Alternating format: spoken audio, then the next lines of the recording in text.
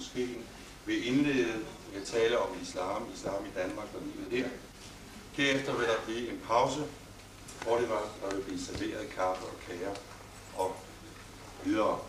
Derefter vil der blive stillet spørgsmål, det vil sige, hvis I har nogen, så kan I stille spørgsmålene, og så vil I kunne få svar, både fra Abu Laban og fra andre medlemmer af menigheden her måske. Det er sådan et program, der er. Yes, please. Dear guests, ladies and gentlemen, it's my pleasure to meet you today here in At-Tawbah Mosque.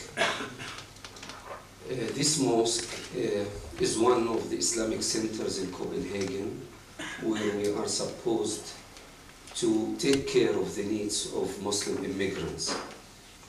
The Muslims who used to come and contribute to our Friday sermon are from different nationalities, but the majorities are Arabs. And on behalf of the people, the attendants of this mosque, I would like to welcome you here, and I'm so thankful for your interest to be in touch with educated Muslims and to get a proper image about Islam. And also I'm so thankful because you are ready to listen to me while speaking in English, not in Danish. The reason is that I'm mostly engaged with the immigrants. I don't have the opportunity to practice Danish language. Let's start from the very beginning. And let's have a look on this map. You know it, it's called Europe here. Everybody knows about it, especially teachers of geography. You know, about 100 years ago, if you look to the Mediterranean here, this line, like this, we have noticed a very special phenomenon. In the north part here in Europe, people started to lose interest in religion and spiritual services, while Europe is becoming more strong, more developed in all aspects. Even Britain and France have become an international colonial powers everywhere. So in the northern part of the Mediterranean, people had lost a lot of their interest in religion, spiritual values, and so on. They are victorious, they are a strong civilization in materialistic sense. Let's look on the southern part. It's the contrary. Here, the defeated countries, from Morocco to Turkey here, we have been occupied by European countries. But what happened, the reaction in our area, is the contrary.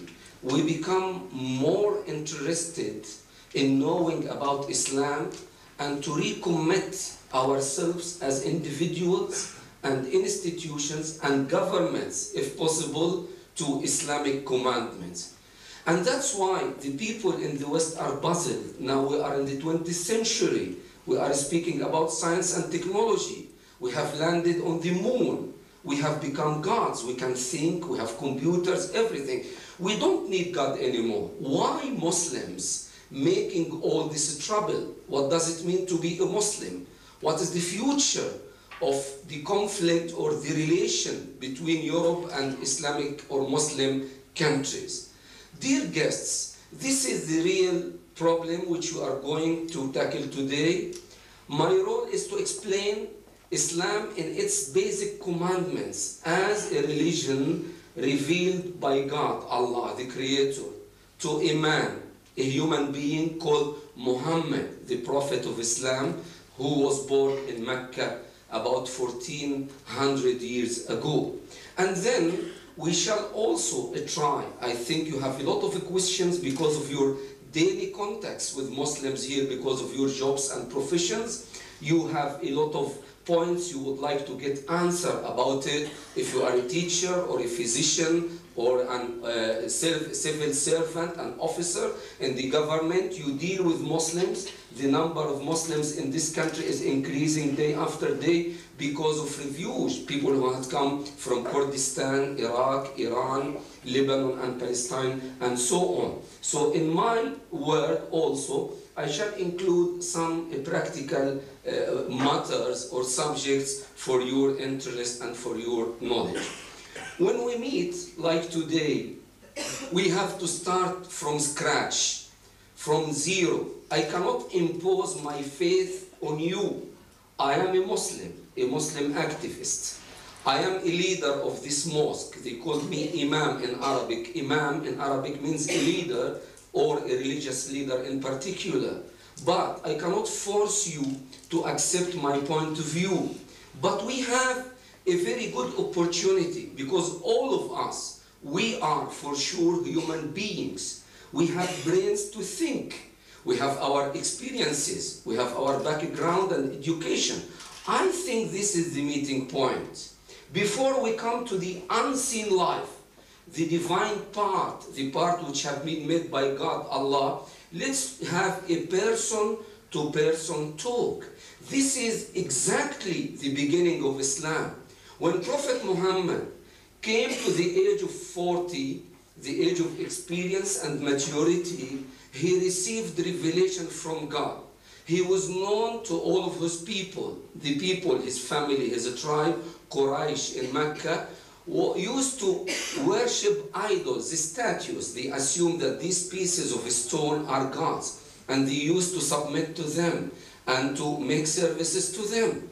But Prophet Muhammad, when he came, he was not pleased with such kind of tradition, and he had started his intellectual process. Islam was not spread under gunpoint or by the sword of Islam.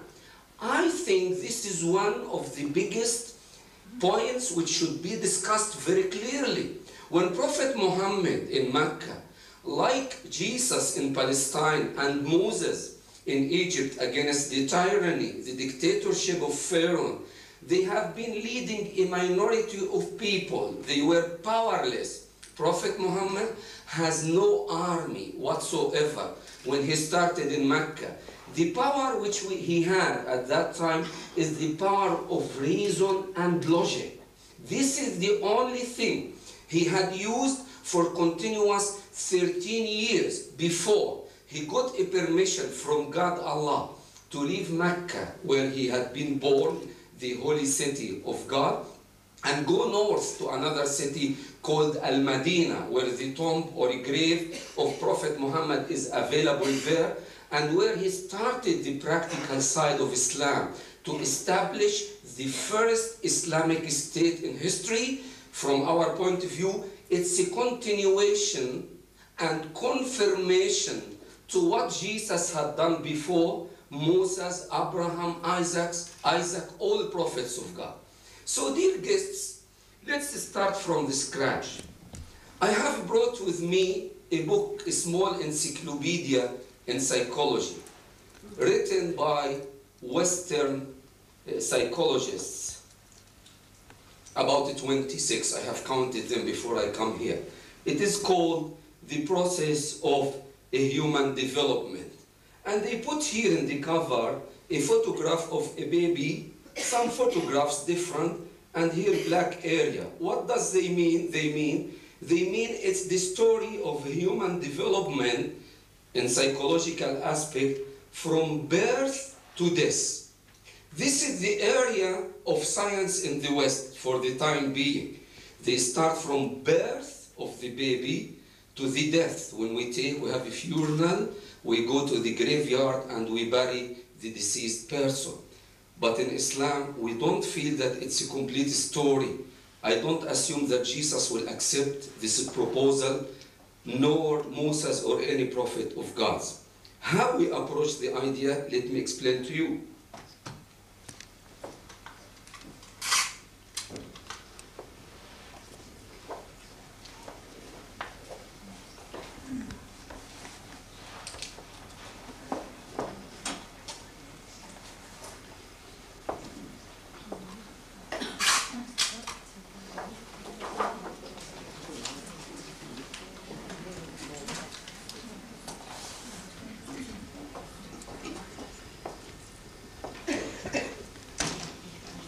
They are speaking here in this book about human beings, their needs, psychological maturity, etc., etc., and mental health, and so on.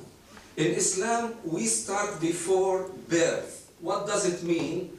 We are speaking about the origin of existence of mankind and the whole universe. It's not enough to be honest, to be academic, to speak about the human beings, the most valuable creatures in the whole universe, not only on the earth. When you speak about birth, we are in need in one step before. This step means the existence of a creator, or God, or in Arabic, Allah. There is a chapter in this book speaking about the effect of religion in a human life, his mental health, his satisfaction, etc., etc. So this part is being now ignored in Western civilization. And this is what we are trying to do when we deal with Muslim immigrants here to recommit themselves to Islam. We have to identify the real concept of God. Is God cruel, selfish, likes to take revenge, to subjugate his creatures, to make them suffer all the time, or it's the contrary? If we know God, if we believe in his existence, if we know his super qualifications, I think we come to the real answer. We will start to love him and to try to know his law and commandments. Most of you are teachers. I remember my own son when in his first day to the school, he was a little bit frightened because it's a new experience. What school means to him, it's unknown. So he is a little bit afraid. But once I take him to the school and he started to meet teachers and to know about the situation and to see the love and care of his teacher, he started to like and to love his school. He likes to wake up early in the morning and to have a good conduct, to do his homework, to be a very efficient pupil. This is exactly what happens to a Muslim now. When we know about Allah, our Creator, who had originated life on this earth, we do not believe in Darwinism or evolution, because if we assume that we have been developed from monkeys or apes or chimpanzees, another question will come: who had created the monkeys? Another answer, and we go ahead. Who is the real creator? I think the majority in the West, and let me be frank with you, because unless you understand this area, you will never know about the motivation and interest of Muslim to commit to Islam and to practice Islam. Why a girl in school after puberty age would like to follow her mother and put a scarf? What for? She is trying to please God. Again, we come to the same area. Unless we know it very clearly, everything will be puzzling and confusing to the people in the West. So this is a part of a story. I think now we are academic. Not only here people of this encyclopedia, we have the first part, before birth of mankind, the creation of mankind, the creation of Adam and Eve, the first man and first woman. Unfortunately, it's a clear and direct understanding of life, but a lot of people in biology and archaeology and so on are trying to prove the contrary, that we have developed from apes and to ignore the existence of God. It's very simple, by common sense, and I will come to it later on. Now we are in need of another step further. It is the hereafter.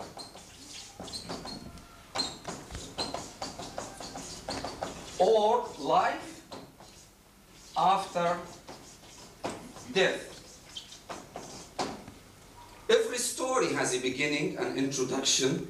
If you go to a film, a theater, you watch a play or a movie film, it is complete from A to Z. When we say we have died, people who had done bad on the present life have not been punished. People who had done good had not been rewarded. I think the story is incomplete. And this is the complete story in Islam.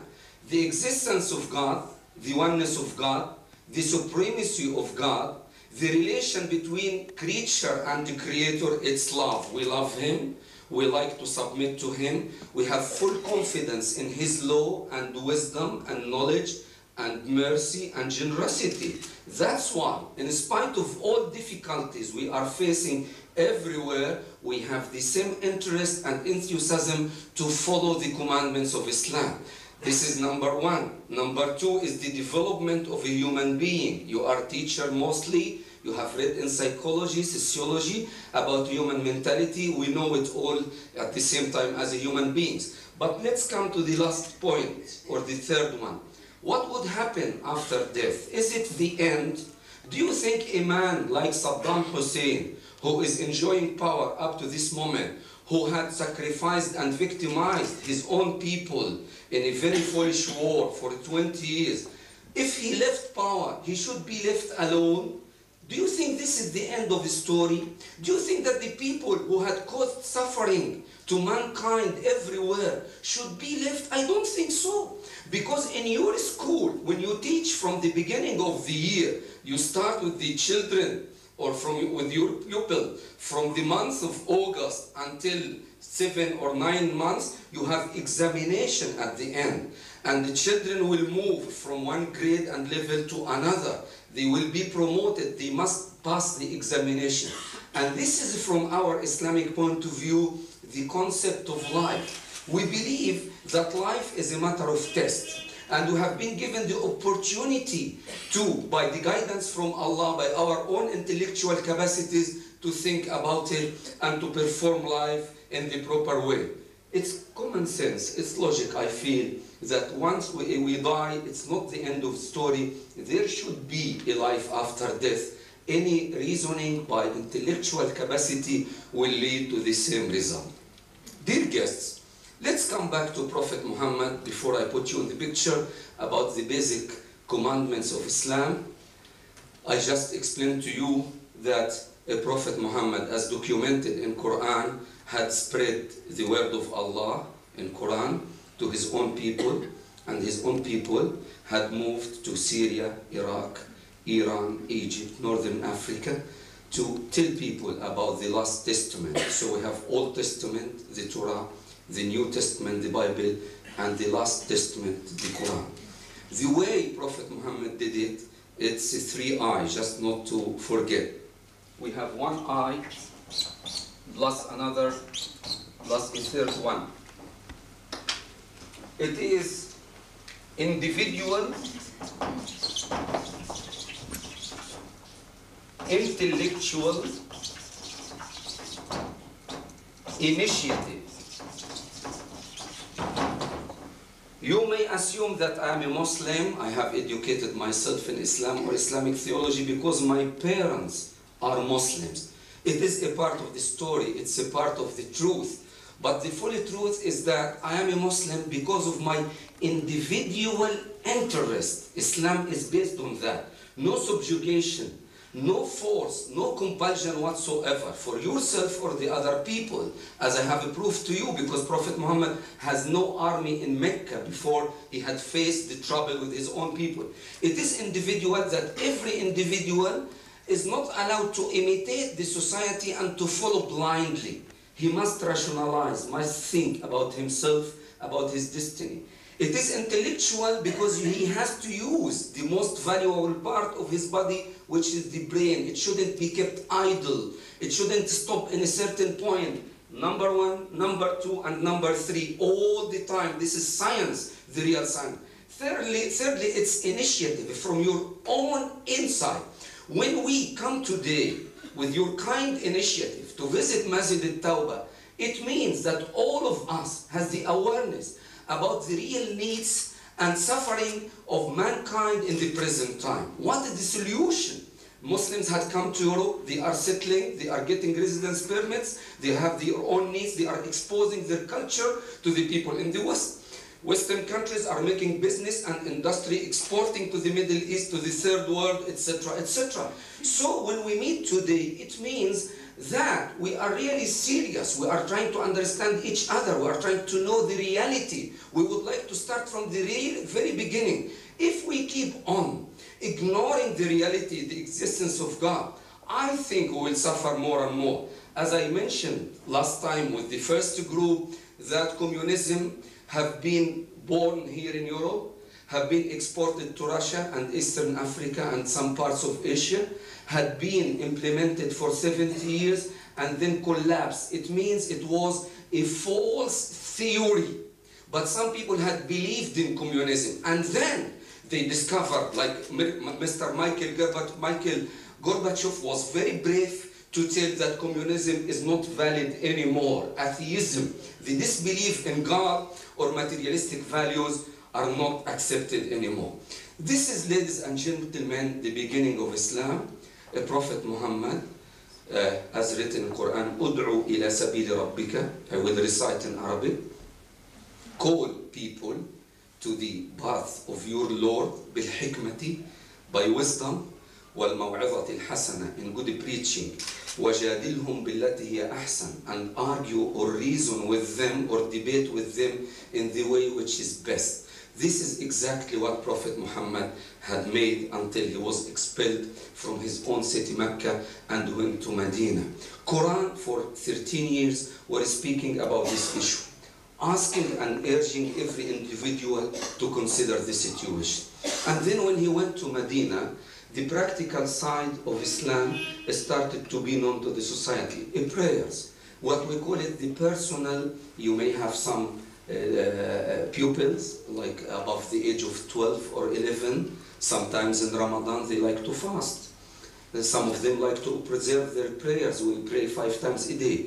Now what we call it the personal obligations or duties in Islam, that every individual, males and females, we are equal in Islam. We both are human beings, Adam and Eve. We are accountable and responsible about our actions and deeds. In Medina, Prophet Muhammad started to work in the practical side, what we call it the pillars of Islam, or the personal duty or obligation in Islam to pray 5 times a day. I do feel that you agree with me now with the tension because of sophisticated civilization, etc., etc. We are in need of some relaxation. Some people will make pausa and have some coffee to relax. In Islam, we have spiritual refreshment when we pray. It's not a matter of wasting of time if you leave your job for 5 minutes and do your prayers. It's the contrary. It will give you a more relaxed, what you call it, feelings, and then you can continue your work in a good way. We fast in Ramadan. We have to pay pilgrimage to Mecca once in lifetime for those who can afford to do that, who had a good physical fitness, who had money, etc., etc. And then Prophet Muhammad started to establish the Islamic State from all aspects. And this is an area very important for you to understand, what they call it in the West fundamentalism. We call it from our side Islamism. It's not fundamentalism, because Islam is a way of life. In politics, we have guidance from God and Quran. In economics, the way we invest, we use the resources on the earth, we make financial transactions, it is controlled in Quran and explained by the teachings of and instructions of Prophet Muhammad. We would like to revive the real and pure and genuine Islamic state and Islamic way of life. So it is not fundamentalism according to Western terminology, it is Islamism, to follow the genuine and original commandments of Islam.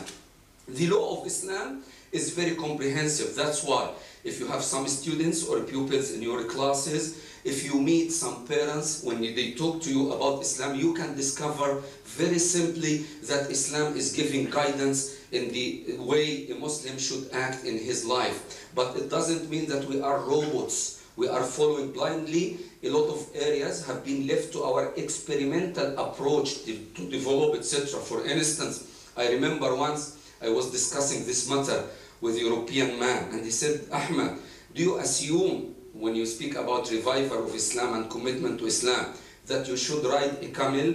I said, "Why should I ride a camel?" He said, "Because your prophet, Prophet Muhammad, long time ago was living in Mecca, in Medina, and he was riding camel. I said, it's the contrary. We have been urged by Allah, by God, to make investigation, researches, and to invent, and to fabricate, and to produce, to use what had been given by God to us in a proper way for the prosperity and well-being of mankind.